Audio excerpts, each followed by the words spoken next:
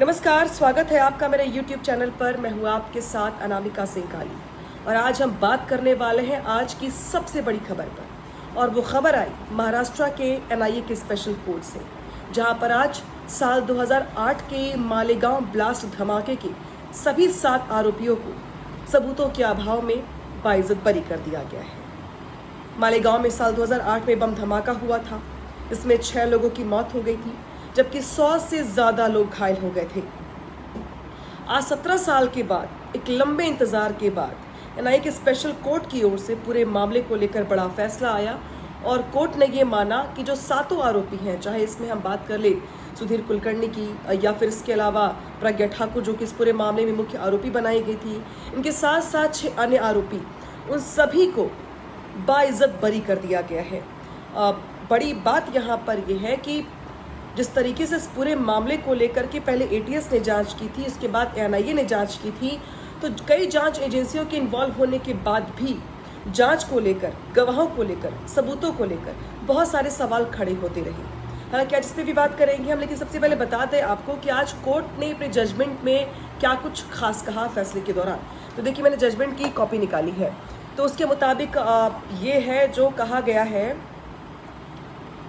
सभी आरोपियों को बरी किया गया है और जिनमें से पूर्व BJP सांसद प्रज्ञा ठाकुर है, लेफ्टिनेंट कर्नल प्रसाद पुरोहित है, retired major general Ramesh Upadhyay, Sudhakar Chaturvedi, Ajay Rahirkar, Sudhakar Dwivedi और समीर कुलकर्णी शामिल हैं। मामले में 2 आरोपी गायब हैं, जिनके लिए कोर्ट ने कहा कि उनके खिलाफ नए सिरे से याचिका दाखिल करनी होगी। हालांकि कोर्ट ने ये कहा फैसला सुनाते वक्त कि इस मामले में कुछ आरोप अदालत ने खारिज कर दिए हैं, जबकि कुछ को स्वीकार कर लिया है। कोर्ट ने अपने फैसले में कहा है कि जो सबूत कोर्ट के सामने रखे गए हैं वो दोष सिद्ध करने के लिए काफ़ी नहीं है। कोर्ट ने यह कहा कि कर्नल पुरोहित द्वारा RDX लाने का कोई सबूत है ही नहीं। पुरोहित ने बम बनाया, इस बात का भी कोई प्रमाण नहीं है। यानी कि बम कहाँ से आया, इस बात का अभी तक फिलहाल ठोस सबूत और जानकारी जांच एजेंसियों के पास नहीं है। साथ ही ये भी कहा गया कोर्ट की ओर से कि घटनास्थल पर बाइक किसने पार्क की, इसके पास इसका कोई सबूत नहीं है। पत्थरबाजी किसने की, इसको भी लेकर के पुलिस की ओर से, ATS की ओर से कोई सबूत पेश नहीं किया गया है। सार्वजनिक संपत्ति को नुकसान पहुंचाया गया, घटना के बाद पुलिस की बंदूक किसने छीनी, इन सभी आरोपों के भी फिलहाल कोई सबूत नहीं मिले हैं। यानी कि चार्जशीट में जो आरोप लगाए गए थे, उनसे जुड़े जो सबूत पेश किए गए, वो सबूत कहीं ना कहीं नाकाफी साबित हुए और इसी वजह से सबूतों के अभाव में कोर्ट की ओर से, NIA के स्पेशल कोर्ट की ओर से 7 आरोपियों को बाइज्जत बरी कर दिया गया है। हालांकि बता दें आपको कि जिस तरीके से इस पूरे मामले में प्रज्ञा ठाकुर का नाम सामने आया था, वो क्यों आया था। याद करिए आप कि साल 2008 की बात है, सितंबर का महीना, जब मालेगांव में मस्जिद के पास जब बहुत सारे लोग रमज़ान में नमाज पढ़ने जा रहे थे, उस वक्त धमाका हुआ था और यही वजह रही कि इस धमाके में 8 लोगों की मौके पर ही मौत हो गई और 100 से ज़्यादा लोग घायल हो गए थे।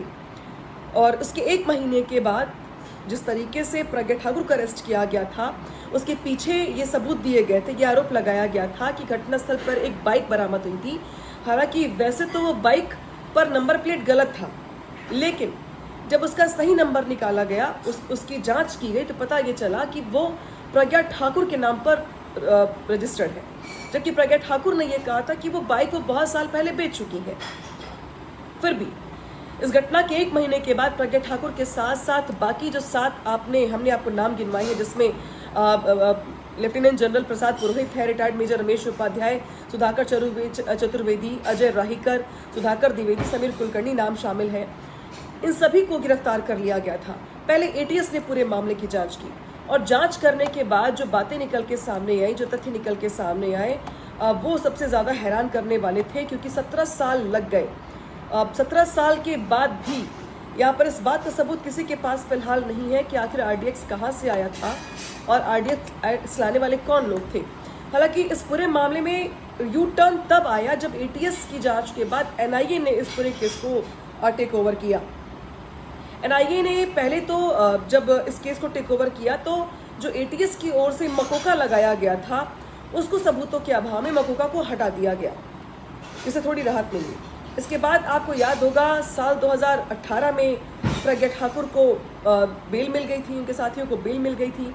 2019 में प्रज्ञा ठाकुर ने भोपाल से चुनाव लड़ा था, जिसके बाद वो सांसद बन गई और इसके बाद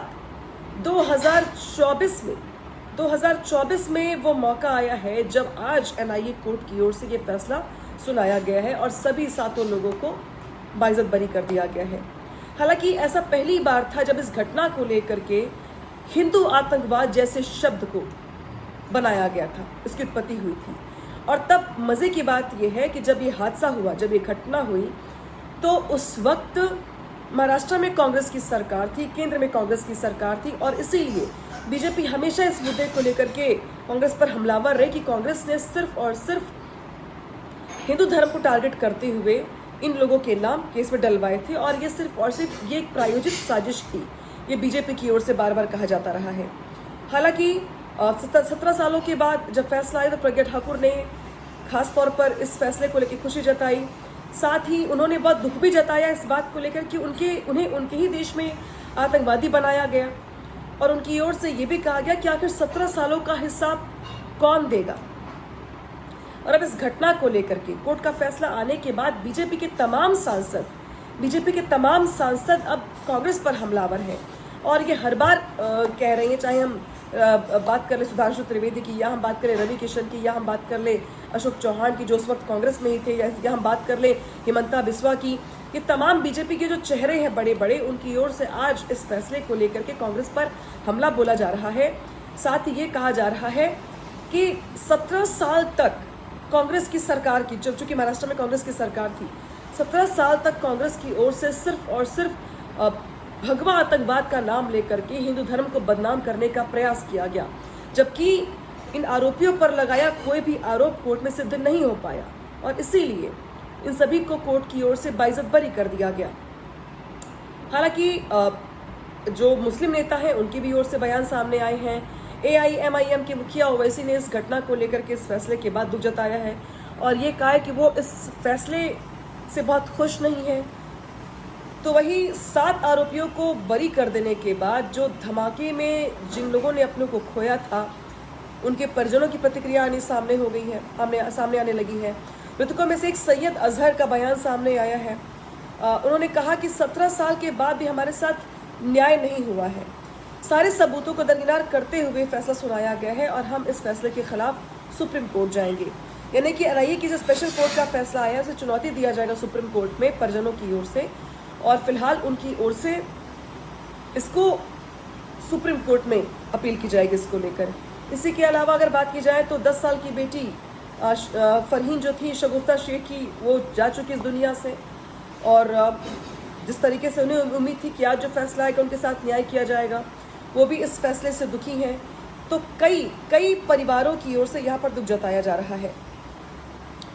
हालांकि सबकी निगाहें इस बात पर टिकी हुई थी कि आज फैसला क्या आता है, लेकिन सभी आरोपियों को चूंकि बरी कर दिया गया है, तो जिन लोगों की मौत हुई थी उनके नाम क्या थे, उनके नाम भी जान लीजिए आप। तो मृतकों में फरहीन उर्फ शगुफ्ता शेख थी, इसके अलावा शेख मुश्ताक यूसुफ, शेख रफीक मुस्तफ़ा, इरफान जियाउल खान, इसके अलावा सैयद अजहर सैयद निसार, हारून शाह और मोहम्मद शाह शामिल थे। यानी कि इन लोगों की उस धमाके में मौत हुई थी और यही वजह कि ये परिवार ये कह रहे हैं कि भाई इस आरोप में, धमाके के आरोप में जिन लोगों को अरेस्ट किया गया था, गिरफ्तार किया गया था, उन सभी को सबूतों के अभाव में आज बरी कर दिया गया है। ये इनके साथ न्याय नहीं है। हालांकि इस मुद्दे को लेकर के फिलहाल जो कांग्रेस के नेता हैं वो चुप्पी साधे हुए हैं।